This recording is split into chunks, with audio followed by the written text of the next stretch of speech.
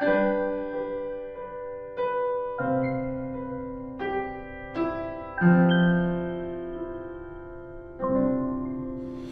buenos días, tengan todos, amados hermanos, que nos están siguiendo en esta secuencia de estudio. Como ya compartimos la semana pasada, estamos entrando en otra secuencia, otra serie de estudios. Nosotros finalizamos ya el ministerio del Nuevo Pacto y estamos ahora entrando en los ministros del Nuevo Pacto. La semana pasada nuestro hermano Silfredo compartió el mensaje número 1 y me corresponde a mí en esta semana compartir el mensaje número 2. La serie en general se llama El Ministerio del Nuevo Pacto. Esta serie donde estamos se llama La Iglesia de los Primogénitos y el tema de esta semana son los ministros del Nuevo Pacto. Y bueno, como siempre seguimos aportando nuestro grano de arena desde esta forma debido al proceso que todos estamos viviendo por la cuarentena del COVID. Vamos a comenzar orando y poniendo en las manos del Señor y esperamos que la palabra sea de edificación para todos nosotros. Señor, nosotros esta mañana te alabamos y te adoramos y te pedimos que tú puedas fortalecer cada corazón, ser con cada hermano, estar en cada dificultad y que la palabra sea de edificación para todos los que escuchan. Nosotros esta mañana te alabamos y pedimos tu presencia en cada casa, en cada hogar, Señor. Hazte presente en cada situación y en cada familia. En el nombre de Jesús. Amén. Bien. Para desarrollar la serie de los ministros del Nuevo Pacto, sería bueno comenzar diciendo que el primer ministro del Nuevo Pacto es nuestro Señor Jesús. Y de Él aprendemos dos grandes lecciones en cuanto a cómo debe ser un ministro del Nuevo Pacto. Todos queremos servir al Señor. Todos queremos presentarnos para ser útiles delante del Señor. Hermanas, hermanos, jóvenes, ancianos, pastores. Todos queremos presentar lo que tenemos delante de Dios y que Dios puede usarnos. Bien, cuando nosotros miramos al Señor como ministro y cuando vemos su servicio, encontramos dos grandes lecciones. La primera lección, o lo primero, tiene que ver con la humildad, la obediencia y la fidelidad al encargo. En Filipenses capítulo 2, versículos 5 al 8, tenemos lo siguiente. Haya pues en vosotros este sentir que hubo también en Cristo Jesús, el cual siendo en forma de Dios, no estimó el ser igual a Dios como cosa a que aferrarse, sino que se despojó a sí mismo, tomando forma de siervo y hecho semejante a los hombres. Y estando en la condición de hombre, se humilló a sí mismo, haciéndose obediente hasta la muerte y muerte de cruz. La primera demanda para un ministro es humildad. Un filósofo dijo que la humildad es la madre de todas las virtudes. Y quiera Dios que esa humildad que hubo en Cristo Jesús pueda ser trabajada en cada uno de nosotros. Y esa humildad nos lleva a no considerarnos superiores, sino por el contrario, entender que los hermanos son superiores a nosotros y que en la cultura divina servir es más grande que ser servido. Por eso en el Evangelio según San Juan, en el capítulo 13 y en el versículo del 3 en adelante, vamos a leer hasta el 17, dice lo siguiente. De hecho es una ocasión, ahí está el versículo, pero es una ocasión que quiero mencionar, porque el Señor estaba con todos sus discípulos y ellos nunca imaginaron que el Señor haría eso. Sabiendo Jesús que el Padre le había dado todas las cosas en las manos y que había salido de Dios y a Dios iba, se levantó de la cena y se quitó su manto y tomando una toalla se la ciñó. Para todos debió haber sido sorpresivo, porque se estilaba en la cultura judía que los invitados debían ser atendidos y para eso el dueño de casa debía tener un siervo, y ese siervo pasaba a lavar los pies de los invitados, principalmente de los invitados de honor. Allí se colocaba agua. Recordemos que en la cultura judía y en el pueblo de ese tiempo no habían calles pavimentadas, salvo en Roma o en las vías de conexión de Roma. Las calles eran de mucha tierra y por esa razón era muy frecuente ensuciarse los pies y era un acto de cortesía lavar los pies. Y el Señor dice el versículo 5, luego puso agua en un lebrillo y comenzó a lavar los pies de los discípulos y a enjugarlos con la toalla con que estaba ceñido. Entonces vino a Simón Pedro y Pedro le dijo: Señor, ¿tú me lavas los pies? La sorpresa de Pedro era enorme. Él no podía creer que su maestro, quien estaba al frente de él, quien lo estaba guiando, quien lo estaba coordinando, fuera a lavar sus pies. Respondió Jesús y le dijo: lo que yo hago tú no lo comprendes ahora, mas lo entenderás después. Juan 13:7. Pedro le dijo: no me lavarás los pies jamás. Jesús le respondió: si no te lavare, no tendrás parte conmigo. Le dijo Simón: Señor, no solo los pies, sino también las manos y la cabeza. Jesús le dijo: el que está lavado no necesita sino lavarse los pies, pues está todo limpio, y vosotros estáis limpios, aunque no todos. Porque sabía quién le iba a negar. Por eso dijo: no estáis limpios todos. Así que después que les hubo lavado los pies, tomó su manto, volvió a la mesa y les dijo: ¿sabéis lo que os he hecho? Tremenda pregunta. Y esa pregunta también debemos hacerla nosotros. Usted se imagina, usted entiende lo que el Señor hizo. Y el Señor dijo así: vosotros me llamáis maestro y Señor, y decís bien, porque lo soy. Pues si yo, el Señor y el Maestro, he lavado vuestros pies, vosotros también debéis lavar los pies los unos a los otros. Qué enseñanza, hermano. Qué palabras tan sabias, qué sabiduría, qué humildad. Porque ejemplo os he dado, dice el verso 15, para que como yo os he hecho, vosotros también hagáis. De cierto os digo, el siervo no es mayor que su Señor, ni el enviado es mayor que el que le envió.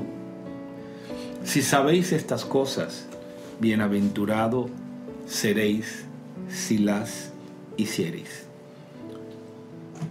¿Cómo debe ser la persona de un ministro? Esa es la pregunta principal que aprendemos en la experiencia de Jesús. ¿Cómo debe ser la persona de un ministro? Humildad, obediencia, fidelidad al encargo que ha recibido. En el libro de Juan, capítulo 14, Evangelio según San Juan, y el versículo 10 dice así: ¿no creéis que yo soy en el Padre y el Padre en mí? Las palabras que yo os hablo no las hablo por mi propia cuenta. Presten mucha atención a lo que aquí está siendo hablado. No las hablo por mi propia cuenta. El Señor estaba diciendo: yo no tengo algo propio, lo mío viene del Padre. No las hablo por mi propia cuenta, sino que el Padre que mora en mí, Él hace las obras. Realmente hacemos votos porque todos los ministros, porque todos los pastores, porque todos los hijos de Dios, porque los que ayudan a los jóvenes, las hermanas que comparten, todos los que de alguna forma sirven en la iglesia, no tengan sus propias palabras, sino las palabras que el Señor nos ha dado para la edificación de su casa. ¿Cómo entonces debe ser la persona del ministro? Primera gran lección: humildad, obediencia, fidelidad al encargo. Pero el segundo punto, la actitud para con la palabra que recibimos. En primer lugar, nosotros necesitamos recibir la palabra con pureza. ¿Qué significa pureza? Sin mezcla, sin distracción, sin ambigüedad. Más adelante vamos a desarrollar, pero quiero decirle que una de las cosas que en este tiempo nos preocupa a nosotros, los que ministramos a Dios, los que predicamos la palabra, es la reverencia. Con el pasar del tiempo, muchas cosas han cambiado. El mundo moderno se hizo muy dinámico, muy movido. Y estamos acostumbrados a hacer multitud de tareas. Por eso usted está haciendo algo y es normal que usted escuche música y escribe y teclea y viene y atiende. Sin embargo, con la palabra no es así.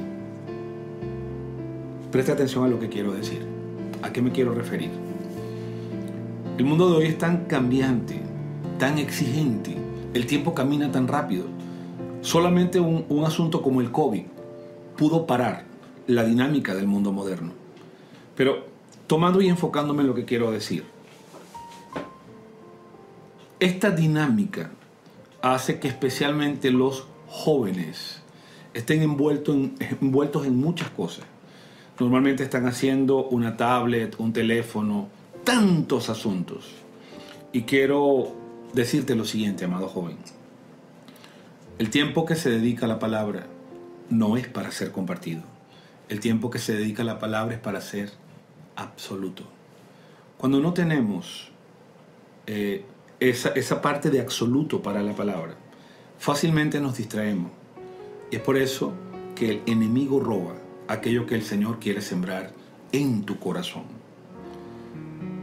Nos preocupa que cuando el tiempo fue pasando, la reverencia a la palabra fue siendo perdida. Cuando el tiempo fue pasando, cada día hay como que menos preocupación, como que menos seriedad a las palabras que Dios habla. Y todos nosotros debemos hacer una reflexión y mirar, porque siempre Dios tiene muchas cosas que decirnos, pero depende de nuestro corazón, depende de nuestra actitud, depende de nuestros oídos. Esa palabra será recibida. Por eso yo te aliento, hermano, que cuando vayas a la palabra, cuando vayas a recibir el hablar de Dios, desconéctate, sepárate. Solamente ten ese tiempo para la palabra. Otras cosas puedes hacerlas en simultáneo, pero en la palabra necesitas prestar atención. Señor Jesús, Mateo capítulo 13, versículo 19, dice lo siguiente. Cuando alguno oye la palabra del reino y no la entiende, viene el malo y arrebata lo que fue sembrado en su corazón. Este es el que fue sembrado junto al camino. El Señor Jesús fue alguien que prestó tanta importancia a la palabra que el Padre le daba, porque Él tenía que cumplir esa palabra. Y por lo tanto, las palabras del Señor Jesús eran las palabras del Padre. Y así como un ministro en su persona tiene que ser humilde, obediente, fiel al encargo, en cuanto a su actitud, necesita pureza para recibir la palabra. Cuando la palabra viene y estamos distraídos, no es muy seguro que podamos captar todo lo que Dios quiere decirnos. Pero aparte de eso, necesitamos no solamente la reverencia, necesitamos también la obediencia para practicar esa palabra. Mateo capítulo 7, versículo 24 dice lo siguiente. Cualquiera pues que me oye estas palabras y las hace, le compararé a un hombre prudente que edificó su casa sobre la roca. Descendió lluvia, vinieron ríos, soplaron vientos y golpearon contra aquella casa y no cayó porque estaba fundada sobre la roca. Pero cualquiera que me oye estas palabras y no las hace, le compararé a un hombre insensato que edificó su casa sobre la arena. Descendió lluvia, vinieron ríos, soplaron vientos y dieron con ímpetu contra aquella casa y cayó. Y fue grande su ruina. No solamente oír las palabras, es también nuestra actitud de querer practicar aquello que está siendo hablado. La palabra no es para moldarse a tu vida es para moldarse a la palabra.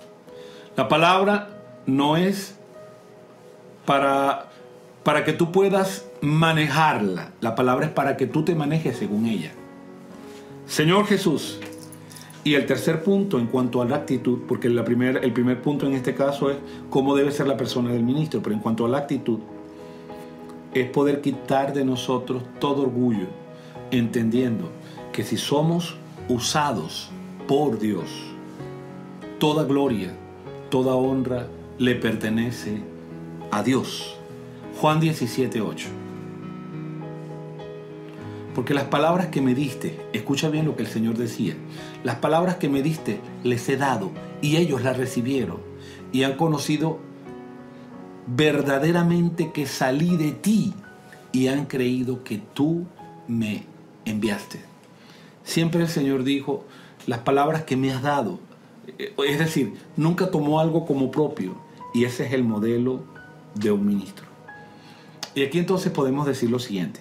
La palabra es el medio por el cual Dios infunde su voluntad en nosotros y por el cual la obra de Dios es hecha. Cuando nosotros vemos el libro de Génesis, Dios dijo, sea la luz, aparezca. Y cada vez que Dios hablaba, la obra iba siendo producida. Dice el Salmo 33, versículo 6. Porque por la palabra de Jehová fueron hechos los cielos y todo el ejército de ellos por el aliento de su boca. Y Hebreos capítulo 11, versículo 3 dice lo siguiente. Por la fe entendemos haber sido constituido el universo por la palabra de Dios, de modo que lo que se ve fue hecho de lo que no se veía. Podemos decir entonces que lo principal para realizar la obra de Dios es la palabra. En la iglesia nosotros enfatizamos 3 ministerios.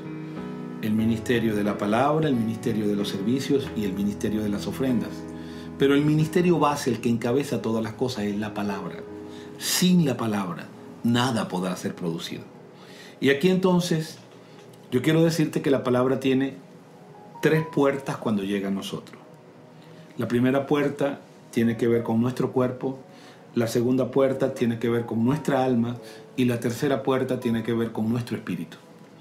La primera puerta tiene que ver con lo sensorial. La primera fase para que la palabra pueda llegar a nosotros es que nuestros sentidos puedan captarla. ¿Cómo captamos la palabra? A ver, si estuviésemos en una cápsula espacial donde no hubiese aire y las personas hablaran y hablaran y hablaran, no habría una forma de comunicarnos, a menos que leamos los labios, pero no habría una forma de comunicarnos.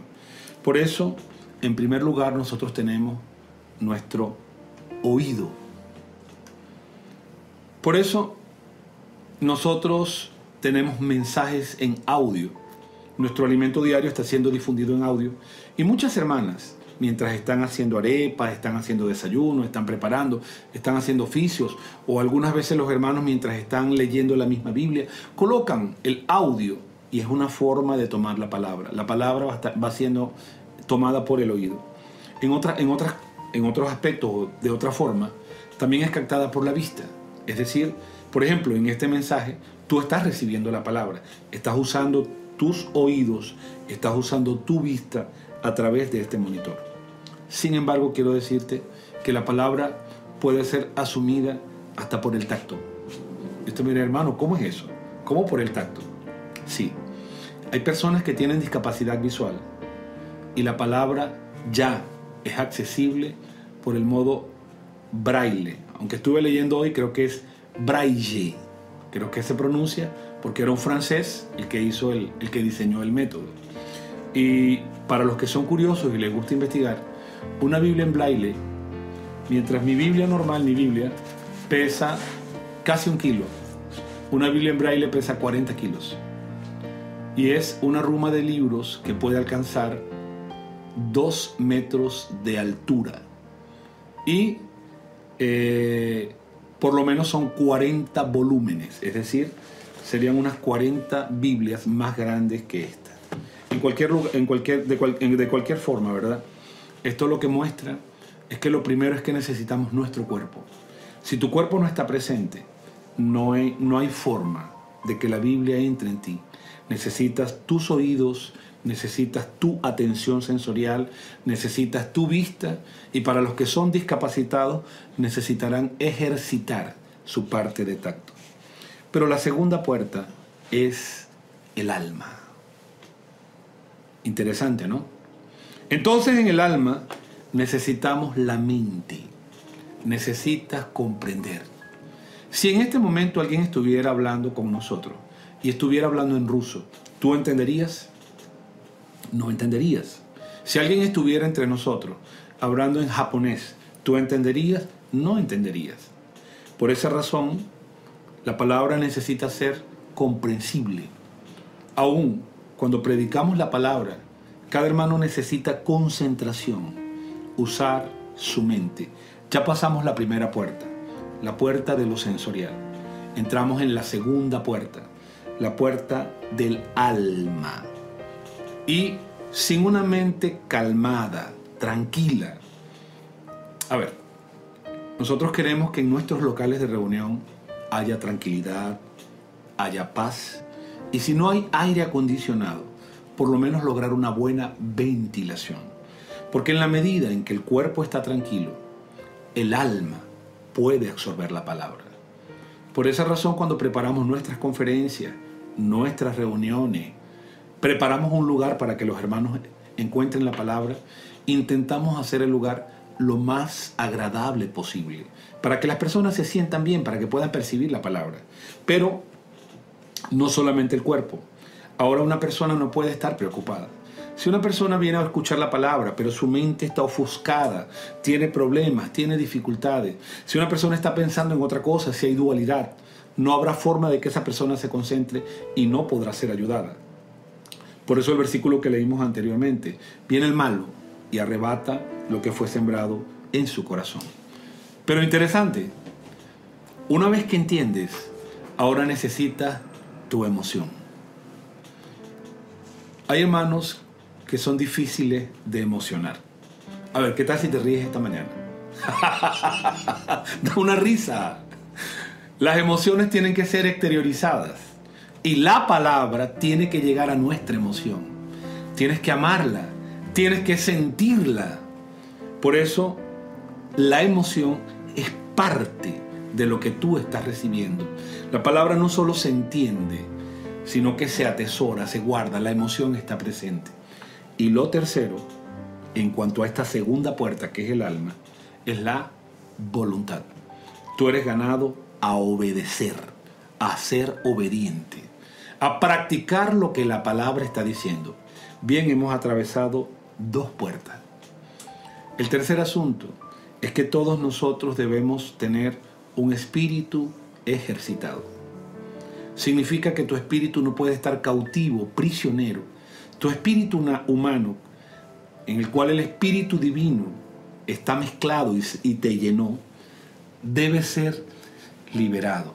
Y la mejor forma de liberar el espíritu es cantando, alabando al Señor, invocando el nombre del Señor. ¿Qué tal invocar un poco el nombre del Señor en este momento? A ver. Oh Señor Jesús, oh Señor Jesús. Tú clamas al Señor por la liberación de tu espíritu. Todo aquel que invocar el nombre del Señor será salvo. Y entonces, con nuestro espíritu liberado, nosotros afectamos nuestra intuición, nuestra comunión y nuestra conciencia. Hermano, qué maravilloso el Señor Jesús como modelo de un ministro en su persona y en su actitud para con la palabra. Quiera Dios que cada uno de nosotros pueda considerar cada ítem de estos, su actitud y su persona. Bien, la palabra necesita llegar a todos nosotros y por eso Dios necesita levantar profetas. El profeta es la persona que habla por Dios. ¿Y cómo ilustramos esto? Tú puedes estar al lado de la mayor central hidroeléctrica. Sin embargo, no tendrás electricidad, a menos que haya un flujo, una conexión, tengas cables eléctricos, tengas un transformador y tengas la forma de que eso se transforme en una electricidad que puedas manejar, 110 voltios, 220 voltios. Y por eso, cuando hablamos de profeta, estamos diciendo de alguien que Dios delega para llevar su palabra. En este tiempo, hermano, yo quedo preocupado cuando muchos hermanos dicen: no, mi Dios me habla. Bueno, yo eso lo creo. Por supuesto que Dios nos habla a todos. Pero el hablar que tiene que ver con dirección, el hablar que tiene que ver, como dice Pedro, con la palabra profética más segura, necesita de siervos que Dios ha determinado para llevar su encargo en esta tierra. Dice Deuteronomio capítulo 18. Profeta de en medio de ti, De tus hermanos como yo te levantará Jehová, tu Dios. A él oirás. Eso es Deuteronomio 18:15, y el 18 dice lo siguiente: profeta les levantaré de en medio de ti, de sus hermanos, como tú. Este era Moisés. Y pondré mis palabras en su boca, y él les hablará todo lo que yo le mandare. Por lo tanto, hay varios asuntos respecto a este profeta. Este profeta no tiene libertad para hablar sus palabras. Él está puesto para hablar aquello que Dios quiere hablar. Doctrinalmente, este profeta que fue profetizado, valga la redundancia, en Deuteronomio 18, es el Señor Jesús. Él es el profeta. Juan 5:46. Porque si creyeseis a Moisés, me creerías a mí, porque de mí escribió él. En cierto modo, todos nosotros, de alguna forma, necesitamos ser profetas para las personas, porque necesitamos llevar la voz de Dios, el hablar de Dios, la palabra de Dios a muchos corazones necesitados. Yo te insto esta mañana a que puedas considerar tus vecinos, a que puedas considerar tus amigos, a que puedas considerar las personas que comúnmente contactas, tus clientes, aquellos que normalmente te buscan, porque Dios está muy interesado en dispensar en ellos la palabra que tú has recibido. Y nosotros diseñamos un plan, una estrategia de trabajo, y quiero simplemente animarles a practicar. Nosotros tomamos unas franelas, aquí las vamos a mostrar el logo, no la franela, ¿verdad? Y estas franelas, ellas están escritas, está escrito en ellas una frase corta, una pequeña oración. ¿Puedo orar por usted? Y esta pequeña oración corta, esta pregunta, ha abierto tantos corazones, ha abierto tantas vidas. Yo sé que estamos en medio de una pandemia y que no podemos en este momento salir a las plazas como quisiéramos, y que no podemos salir a los centros comerciales, y que no podemos salir a la calle. Pero ¿qué tal si nosotros practicamos esta semana? Coloca en tu estado de WhatsApp: ¿puedo orar por usted? Envía tus contactos: ¿puedo orar por usted? Y una vez que ellos respondan, puedes decirle: ¿hay alguna petición especial por la cual orar? Te vas a sorprender de cómo puede ser un instrumento de Dios de manera simple, de manera sencilla. Podemos decir entonces que el Señor, como modelo, no buscaba su propia gloria. Mateo 14, 22 y 23. Dice: enseguida Jesús hizo a sus discípulos entrar en la barca e ir delante de él a la otra ribera, entre tanto que él despedía a la multitud. Había ocurrido un milagro maravilloso. Se habían multiplicado los panes y los peces. Era la oportunidad de ser famoso. Todos lo hubiesen agarrado y le hubiesen dicho: Señor, ¿qué milagro has hecho? Como muchas veces los hermanos quieren hacer. Hermano, ¡qué palabra! ¡Qué bueno el servicio que has prestado! ¡Qué bueno cantaron, jóvenes! ¡Qué bueno tocaron! Pero el Señor, en lugar de recibir la gloria, dice el versículo siguiente: despedida la multitud, subió al monte a orar. Y cuando llegó la noche, estaba allí solo. El Señor no buscaba su propia gloria. Y en nuestro servicio no podemos buscar nuestra gloria. Y el Señor es un ejemplo de obediencia. Hebreos capítulo 5, versículos 8 y 9. Dice: y aunque era hijo, por lo que padeció, aprendió la obediencia, y habiendo sido perfeccionado, vino a ser autor de eterna salvación para todos los que le obedecen. Hermano, qué experiencia Getsemaní. El Señor fue exprimido Qué oración, hermano. Padre, si quieres, pasa de mí esta copa, pero no sea como yo quiero, sino como tú. Así que entonces, en el contexto de este mensaje, nuestro primer ministro es el Señor Jesús. Y el Señor Jesús es un modelo de obediencia, es un modelo de humildad, es un modelo en su persona y es un modelo en su actitud para con la palabra en cuanto a no buscar su propia gloria y en cuanto a obedecer aquello que Dios ha determinado. Nosotros también tenemos en el Nuevo Testamento el ejemplo de Pedro. Pedro fue levantado para dar continuidad al encargo. Y Pedro abre un panorama que esta mañana te va a ayudar mucho.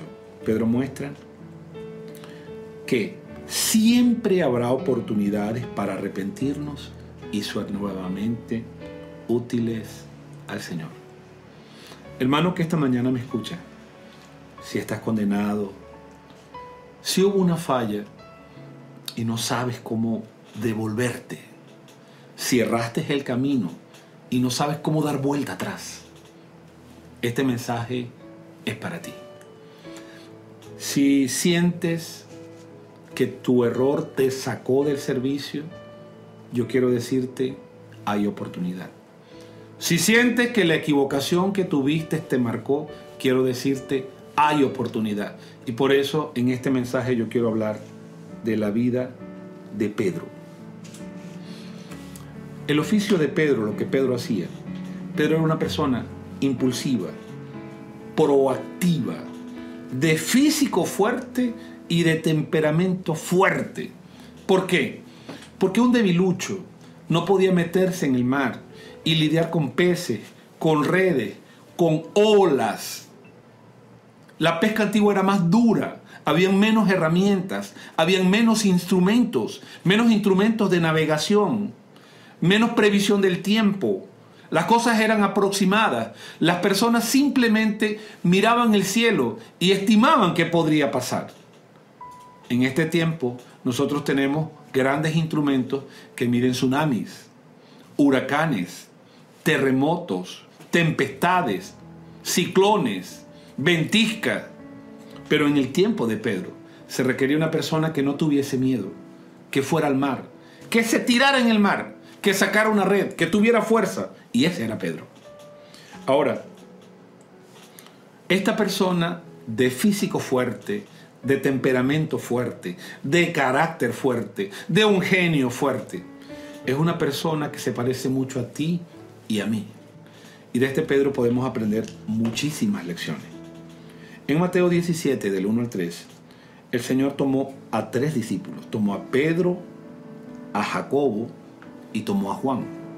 Dice así: 6 días después, Jesús tomó a Pedro, a Jacobo y a Juan, su hermano, y los llevó aparte a un monte alto.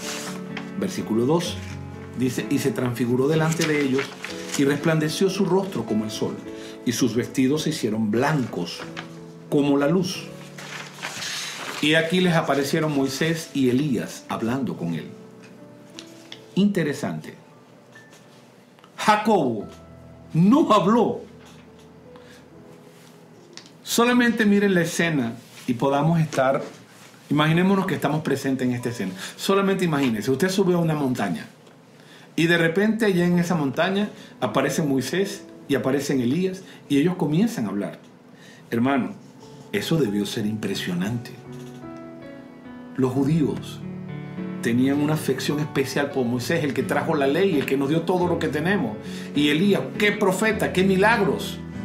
Y verlos, pues debió ser impresionante. Ahora, yo imagino la cara de Jacobo, imagino la cara de Zebedeo, de Juan. Estaba Jacobo y estaba Juan. Y me imagino la cara de ellos dos mirándose, intentando decir algo, cruzándose miradas, admirados, sorprendidos. Pero ¿quién habló? No fue Juan. ¿Quién habló? No fue Jacobo. El que habló fue Pedro. Ese era Pedro. El que iniciaba las conversaciones, el que terminaba las conversaciones, el que ponía su punto de vista, el que se apresuraba, como nosotros. Y en el versículo 4 del capítulo 17 de Mateo,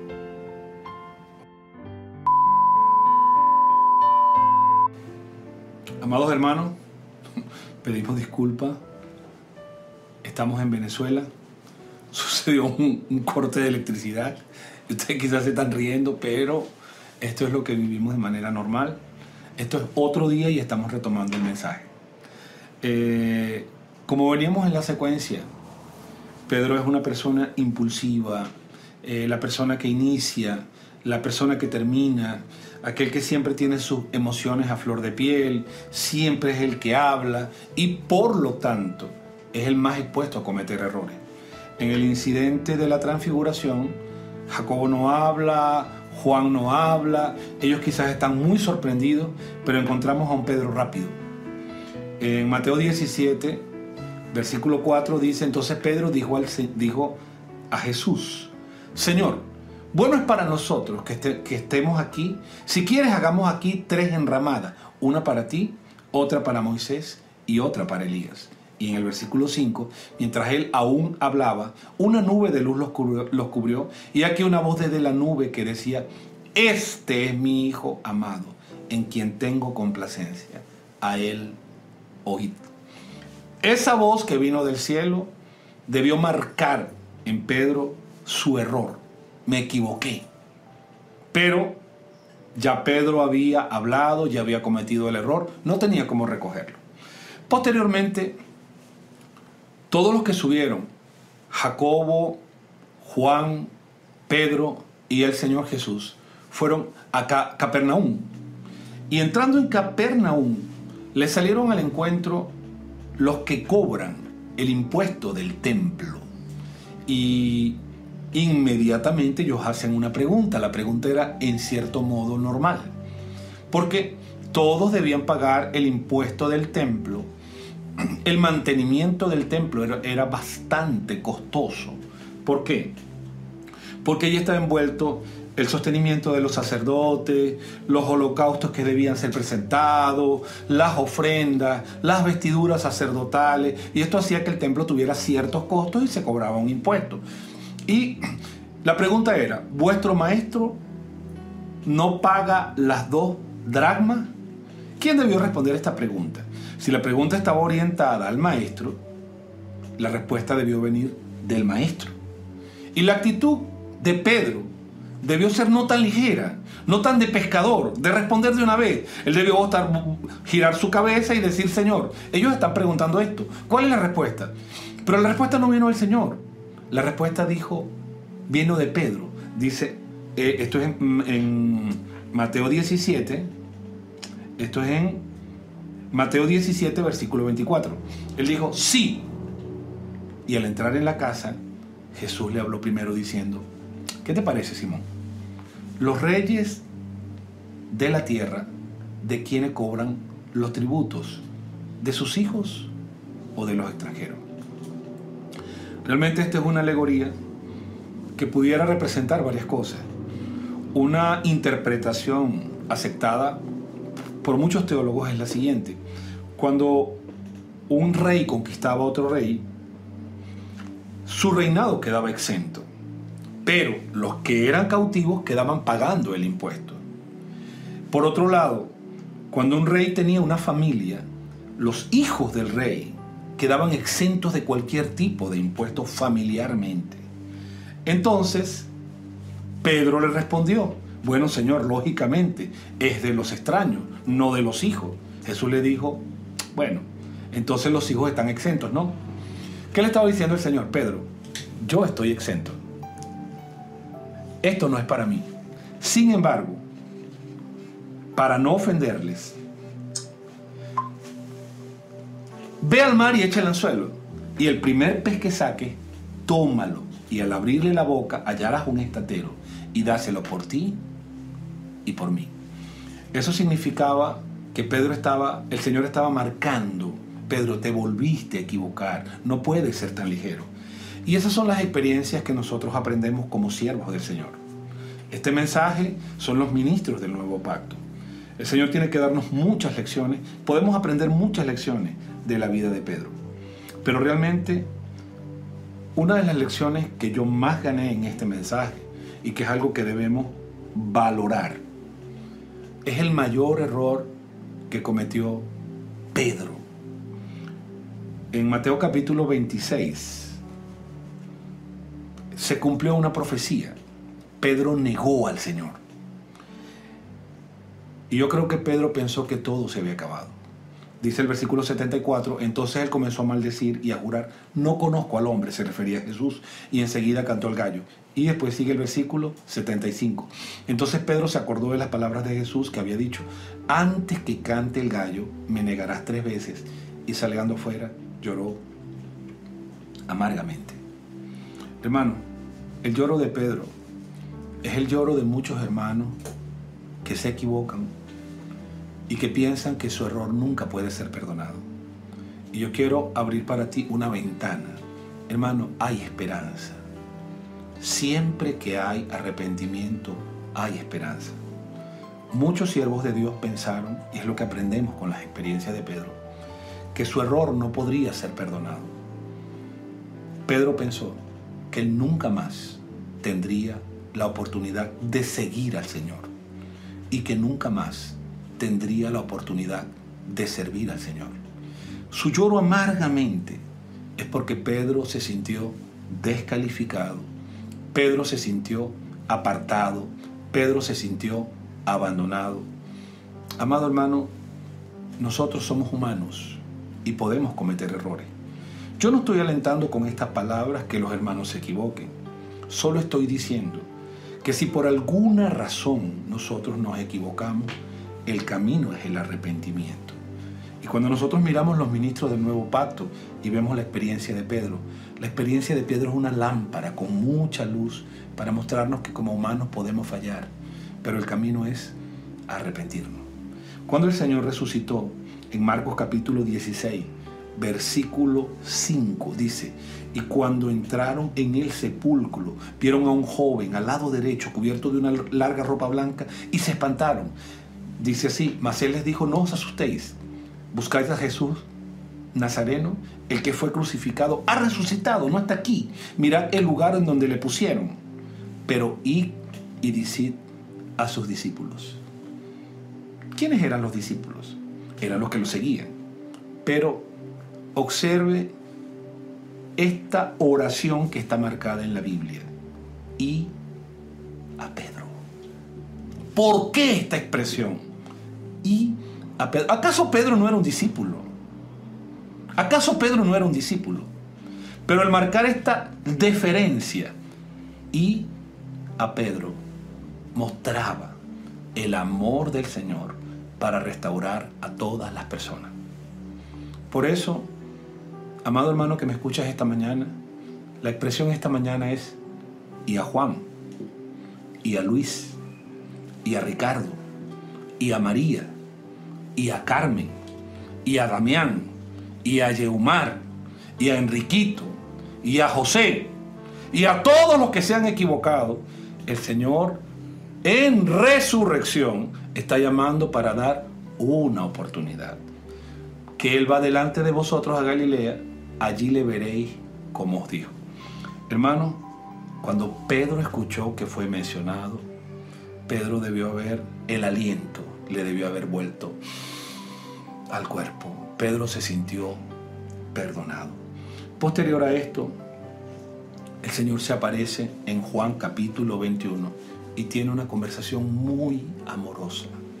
Ellos están sentados y el Señor le dice, Pedro, ¿tú me amas? Y esa también es la pregunta para ti. Esta experiencia de Pedro fue marcante, maravillosa. Y el Señor le dijo, entonces, apacienta mis ovejas. Luego le dijo, apacienta mis corderos. Y al final le dijo, apacienta mis ovejas. Pedro debió estar recordando mientras hablaba con el Señor todos sus errores. Él debía estar recordando y diciendo, no me desechó. Él debía estar llevando a su memoria cuando se equivocó en el monte, cuando se equivocó con la dracma y lo último, cuando traicionó al Señor y lo negó. Amado joven, amada joven, no has sido desechado. Y esta mañana el Señor está hablando amorosamente contigo, buscando tu restauración. Y esa fue la experiencia de Pedro. Así como vemos al Señor como modelo, Pedro es un modelo en el sentido de que podemos entender que nuestros errores nos ayudan a madurar. Necesitamos asumirlos nosotros también con madurez, arrepintiéndonos y volviendo al Señor y aprovechando las oportunidades que el Señor nos da. Luego entonces nosotros tenemos como al final, Dios tuvo que levantar a Juan en su ministerio para poder concluir la Biblia y concluir el encargo que Pablo dejó incompleto. Y en el encargo de Juan, nosotros encontramos en Juan una persona recta, una persona implacable. En Marcos 3:17 Juan es llamado y su hermano los hijos del trueno. ¡Wow! Los hijos del trueno. Eran las personas implacables, duras. Y en el episodio de Lucas capítulo 9, no me gustaría leerlo porque quiero aprovechar el tiempo, pero dice que ellos entraron en una aldea de samaritanos, iban hacia Jerusalén. ¿Y cómo es posible que los samaritanos no reciban a su Señor? Son dignos de juicio. Ese era Juan.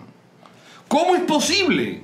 No puede ser que no reciban al Señor. Señor, esta gente merece el juicio. ¿Quieres que mandemos que descienda fuego del cielo? Ese era Juan. Juan también era una persona que debía prestar mucha atención para observar toda la red, de modo que los peces no se escaparan por su negligencia. La gran red podría tener huecos, solamente que si usted tiene una malla tendríamos que estar cerca de una costa para poder mostrar lo que estoy hablando. Pero si usted tiene una malla, difícilmente usted verá los huecos. ¿Por qué? Porque la red está llena de huecos. Entonces, usted tiene que detallar lentamente dónde fue que se rompió el hilo. Eso no se ve a simple vista. Se requiere minuciosidad. Y esta era la persona de Juan. Una persona que podía ir con detalle. Aquí se rompió el hilo. Aquí me di cuenta. Aquí fue que se rompió. Y una persona así es aquella que pudo decir en Juan capítulo 21, versículo 11, que fueron 153 peces, y siendo tantos, la red no se rompió. Fíjese el detalle de Juan. Juan contó los peces. Eran 153 grandes y la red no se rompió. Una persona genuina que pasó a amar profundamente al Señor. Cuando leemos Juan 13:23, vemos que él se recostaba en el pecho del Señor. Sin embargo, alguien que por su rectitud no quería que le llamaran la atención. Y esto es un punto importante en el servicio. Por eso cuando usted lee versículos como Hechos 3:1, como Hechos 4:19, dice Pedro y Juan. Pedro y Juan. No ve a Juan y Pedro. Porque Pedro continuaba siendo el líder, el que encabezaba, y Juan estaba detrás. Hay cosas que podemos aprender de esto. En primer lugar, los sabios aprenden de los errores ajenos. Porque Juan podía ver de los errores de Pedro y no cometerlo. Pero por otro lado, también está mal que usted no quiera servir para no equivocarse. No quiera servir para no ser corregido. Siempre habrá la oportunidad de exponer nuestros defectos, de exponer nuestras deficiencias, de que el Señor mire en que estamos fallando y poder ser corregidos. Una persona con estas características como Juan era la persona que el Señor necesitaba para cerrar la Biblia. Por eso Juan cierra toda la Biblia, Juan cierra todos los evangelios y Juan cierra todas las epístolas. Juan es el remendador que cierra la revelación. Y cuando Juan sale de la isla de Pasmo, donde estuvo exiliado, Juan es una persona madura, amorosa, llena de espíritu y vida, y que nos cede un legado, el legado del único ministerio de espíritu y vida, el ministerio que quedará hasta la vuelta del Señor. Recordemos el versículo en Juan capítulo 21. Si yo quiero que Él quede hasta que yo vuelva, que a ti, sígueme tú. Y esta experiencia se refería no a Juan. Juan moriría evidentemente. Se refería simplemente a su ministerio. Y aquí hoy nosotros somos la continuidad de ese ministerio. Dígale al hermano que tiene a su lado, somos la continuidad de ese ministerio. Dígale, somos la continuidad del ministerio de Juan. Porque hoy el ministerio que tenemos en nuestras manos es el ministerio del Espíritu y es el ministerio de la vida. Mateo 20, no tenemos tiempo para desarrollarlo, habla de los obreros de la 11ª hora. Y estos obreros, a diferencia del resto, que tenían un periodo de 3 horas, tienen la tercera parte de ese tiempo. Nosotros ya no tenemos tiempo. Tenemos solo 1 hora para completar el encargo que Dios nos dio. El COVID-19 es simplemente una advertencia de lo cerca que estamos de finalizar esta era. Los acontecimientos mundiales, la desaceleración del proceso de globalización, la caída de la economía, prácticamente presentan delante de nosotros el cumplimiento de Apocalipsis 18, la caída de la Gran Babilonia. Hermano, no tenemos tiempo. Somos los obreros que fueron tomados en la hora 11ª y solo tienen 1 hora. Nuestra hora se está acabando. Hermano, nuestra hora se está acabando y esto es para ser considerado en serio. Por eso, hoy más que nunca necesitamos aprender las palabras que nuestros hermanos que están al frente siempre nos han dado. Primero nuestro hermano Don y luego nuestro hermano Pedro, nuestro hermano Esdras. Este ministerio es para ser llevado en el Espíritu. Hermano, no perdamos el ejercicio del Espíritu. Necesitamos ejercitar nuestro espíritu. Necesitamos también aprender a ser íntimos. Ya no estamos jugando, hermano. Estamos en los últimos tiempos y estamos realmente enseriándonos. Es tiempo de la intimidad con Dios. Es tiempo de la fidelidad y la obediencia. Es tiempo de estar enfocados, hermanos. Ya no estamos para perder el tiempo. Y es tiempo de estar dispuestos a dejarlo todo. Filipenses capítulo 3. Pablo pudo decir estas palabras. Dejarlo todo. Ciertamente aún estimo todas las cosas como pérdida por la excelencia del conocimiento de Cristo Jesús, mi Señor, por amor del cual lo he perdido todo y lo tengo por basura, a fin de ganar a Cristo y ser hallado en Él. Quiera Dios, hermano, que nuestro sentimiento sea el de perderlo todo. Antes de que se compartiera la parábola de la 11ª hora en Mateo capítulo 19, Pedro dijo, Señor, nosotros lo hemos dejado todo. Y el Señor le dijo, bueno, no hay nadie que haya dejado casa, padre, madre, hermano, en este siglo, que reciba 100 veces más en este siglo y en el siglo venidero la vida eterna. Es tiempo de abandonarnos en el Señor. Aprendamos ya, hermanos, para finalizar, a no luchar por una posición.